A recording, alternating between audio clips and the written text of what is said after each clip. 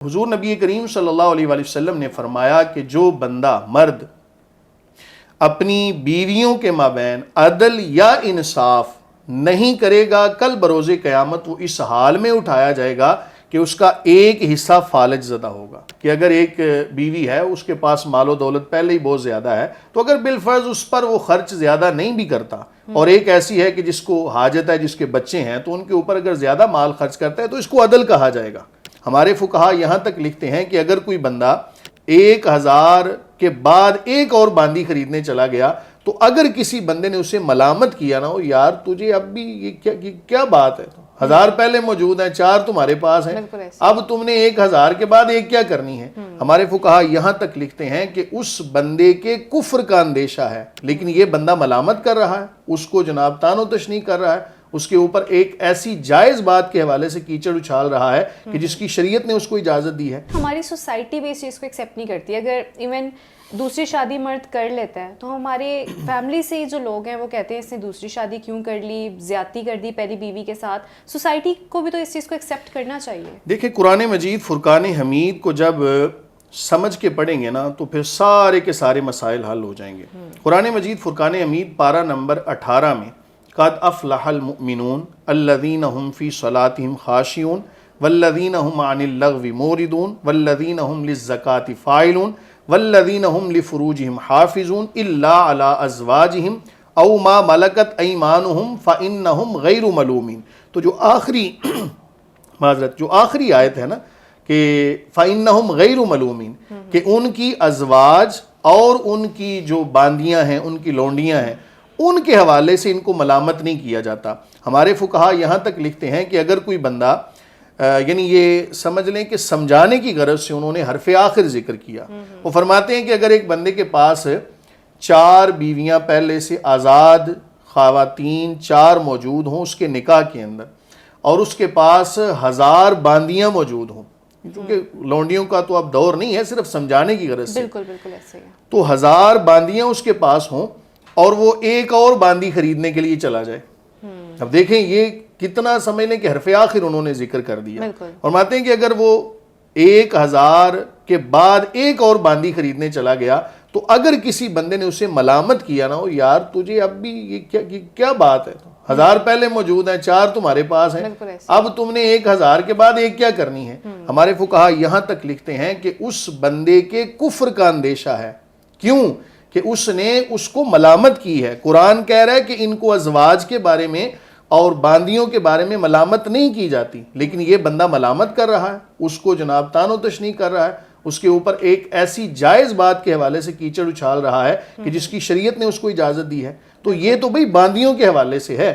तो एक बंदा अगर दूसरी शादी करने वाले को मलामत करता है, और चाहे वो खातून हो, मर्द हो या कोई भी हो, तो अगर वो मलामत करता है तो भाई उसको अपने कुफ्र से डरना चाहिए कि कहीं ऐसा ना हो कि मेरा खातिमा ईमान पर ना हो। तो ये सबसे बड़ी बात, ये समझ लें कि सबसे बड़ी दलील है कुरान मजीद फुरकान हमीद। जब हम कुरान को समझ के पढ़ेंगे ना, तो इसका जवाब भी मिल जाएगा। खातून भी वुसअत नज़र का मुजाहरा करते हुए अपने खावंद को, जिसे कहते हैं ना, निकाह के हवाले से खुली छुट्टी दे दे। वो कहे कि जी तो आप को जब अल्लाह ताला ने नहीं रोका, जब रसूलुल्लाह सल्लल्लाहु अलैहि वसल्लम ने नहीं रोका, तालीमात इस्लामिया में ने नहीं रोका, तो मैं कौन होती हूँ आपको रोकने वाली। मतलब ये कि वो माज़ अल्लाह अस्तग़फिरुल्लाह नकले कुफर नवाशिद, वो अल्लाह ताला से भी बढ़ के इल्म को जानने वाली है, वो रसूलुल्लाह सल्लल्लाहु अलैहि वसल्लम से भी ज़्यादा इल्म को जानने वाली है। तो सोसाइटी को इस्लाम का पाबंद होना चाहिए, ना ये कि इस्लाम को सोसाइटी के पाबंद कर दें। जब हम सोसाइटी को इस्लाम के पाबंद करेंगे ना, तो मामला ठीक होंगे, लेकिन जब इस्लाम को सोसाइटी के पाबंद करेंगे तो फिर खराबियां यकीनी तौर पे आएंगी। बिल्कुल ऐसे ही है। अच्छा, इस्लाम में इंसाफ की 2 बीवियों के दरमियान में क्या शर्तें हैं? अदल बेसिकली है क्या, और इंसाफ किया किस तरह से जा सकता है? बिल्कुल, बड़ा अच्छा सवाल आपका। एक होता है इंसाफ, एक होता है अदल। इन दोनों में थोड़ा सा फ़र्क है। अदल होता है कि जिसको जिस चीज़ की ज़रूरत है ना, उसको वो चीज़ मुहैया की जाए। जी। इंसाफ होता है 2 चीज़ों को तकसीम कर देना। जी जी। इस्लाम ने बीवियों के माबैन अदल का भी हुक्म दिया है, इंसाफ का भी हुक्म दिया है। दोनों चीज़ों को मलूज़े खातिर रखा जाएगा। कहीं पे इंसाफ करना ज़रूरी होगा, कहीं पे अदल करना ज़रूरी होगा। मिसाल के तौर पे اگر رات گزارنے کی بات آئے تو اسلام نے کہا ہے، شریعت نے یہ احکامات بیان فرمائے ہیں کہ 2 بیویاں ہیں تو ایک رات ایک کے پاس گزاری ہے تو دوسری کے پاس بھی ایک رات گزارے۔ اب وہاں پہ مقاربت ضروری نہیں ہے، اگر بالفرض ایک خاتون ہے اس کی طبیعت اجازت نہیں دیتی تو ضروری نہیں ہے کہ خاوند یہ سمجھے کہ اب میں انصاف کرتے ہوئے ادھر بھی مقاربت کروں اور ادھر بھی جا کے، یہ ضروری نہیں ہے، لیکن رات گزارنا ضروری ہے، جتنا وقت اس کو دیا ہے اتنا وقت اس کو بھی دینا ضروری ہے، اسے کہا جاتا ہے انصاف۔ تو اب یہ مزاج کو دیکھ کے نا تو خاوند موقع محل کی مناسبت سے معاملات کو چلائے گا کہ اگر ایک بیوی ہے اس کے پاس مال و دولت پہلے ہی بہت زیادہ ہے تو اگر بالفرض اس پر وہ خرچ زیادہ نہیں بھی کرتا، اور ایک ایسی ہے کہ جس کو حاجت ہے، جس کے بچے ہیں، تو ان کے اوپر اگر زیادہ مال خرچ کرتا ہے تو اس کو عدل کہا جائے گا، ٹھیک ہے، اس کو یہاں پر انصاف نہیں دیکھا جائے گا۔ میرا خیال ہے کہ بات سمجھ گئی، انصاف اور عدل میں یہ فرق ہے۔ اللہ رب العالمین نے ہمیں عدل کا حکم دیا ہے۔ ہماری سوسائٹی کے اندر مسئلہ یہ ہے کہ ہم کہتے ہیں جی انصاف ہونا چاہیے، انصاف، تو انصاف کی مثال یوں سمجھیں کہ 2 طالب علم ہیں کلاس کے اندر، ایک بچہ ذرا کند ذہن ہے، دوسرا ذرا ذہین ہے، تو استاد سبق دیتے ہوئے کہے جی میں دونوں کو ایک جتنا سبق دوں تو بھائی وہ جو کمزور ہے وہ یاد نہیں کر پائے گا، اور جو ذہین ہے وہ 1 منٹ میں کر لے گا۔ عدل کیا ہے؟ جس کو جو چیز چاہیے جتنی مقدار میں آپ اس کو اتنی دیں۔ ایک بچہ ہے جس کو بھوک زیادہ لگتی ہے، ایک ہے جس کو کم لگتی ہے، تو اب عدل کا تقاضا یہ ہے کہ جس کو جتنی ضرورت ہے اتنا اس کو عطا کیا جائے، اور انصاف کیا ہے بھائی جس کو جتنی ہے چھوڑیں، آپ نے ایک ایک روٹی اگر سب کو دینی ہے تو انصاف تو یہ ہے۔ تو اللہ حاصل قیاس یہ ساری بحث کرنے کا مطلب یہ ہے کہ خاوند موقع محل کی مناسبت سے دیکھے گا، کہیں پر اسے انصاف کرنے کی ضرورت ہوگی رات گزارنے کے حوالے سے، کہیں پر عدل کرنے کی ضرورت ہوگی کہ جس کو جو چاہیے۔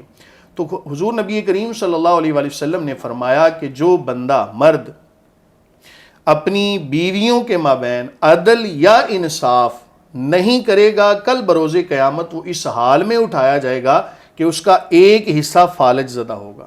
تو اس وعید کو بھی سامنے رکھنا چاہیے، صرف شادی کا شوق نہیں ہونا چاہیے مرد کو، ساتھ ساتھ یہ بھی دیکھنا چاہیے کہ مجھے جو تمام تر تقاضے ہیں ان کو بھی پورا کرنا ہے، کہیں یہ نہ ہو کہ دنیا سنوارتے سنوارتے اپنی آخرت برباد کر لیں۔ تو حضور صلی اللہ علیہ وآلہ وسلم نے فرمایا کہ جھکاؤ ایک جانب نہ رکھے۔ ہاں ایک ایسا مسئلہ ہوتا ہے جسے کہا جاتا ہے دل کا میلان۔